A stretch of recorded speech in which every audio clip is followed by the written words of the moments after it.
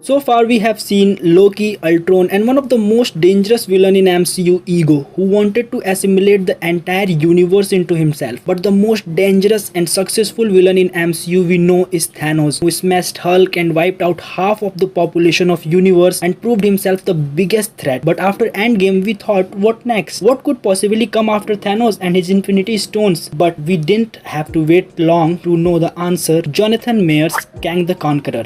So today I'm going to explain why Kang is much bigger threat than Thanos. First, let's talk about the rise of Kang the Conqueror. One of the aspects of Thanos that made him so successful was how his threat was built up over the course of entire Infinity Saga.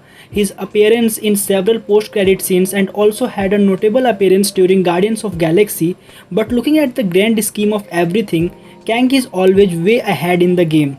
While Thanos had a bits and pieces of setup, Jonathan Mayer's villain has already gotten an entire episode of Loki series devoted to him. And now next, he'll be appearing in Ant-Man Quantumania as the film's villain. And it wouldn't be too shocking if a variant of the same character played a role in Loki season 2.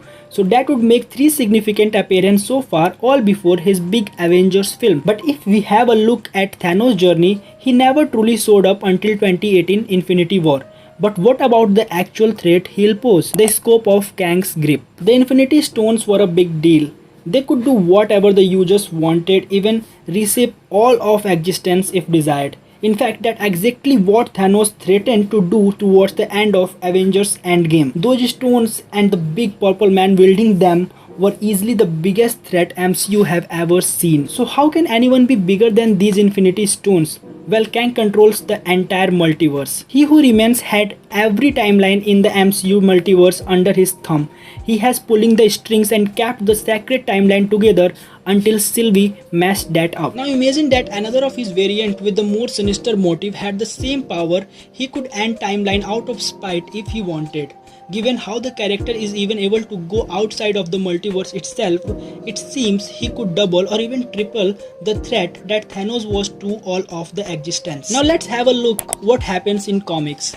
So in the comics, Kang and his son arrived in the present day to take over Earth in order to protect them from horrific future. He actually successful in his endeavors for a time, but does end up being defeated by Avengers. But what would be the MCU version of this story? This man knows it very well. Now let's move toward the conclusion. With all the content that Marvel Studios is able to pump out these days, it's allowed them to build up Kang in a way that simply weren't feasible for Thanos at the time.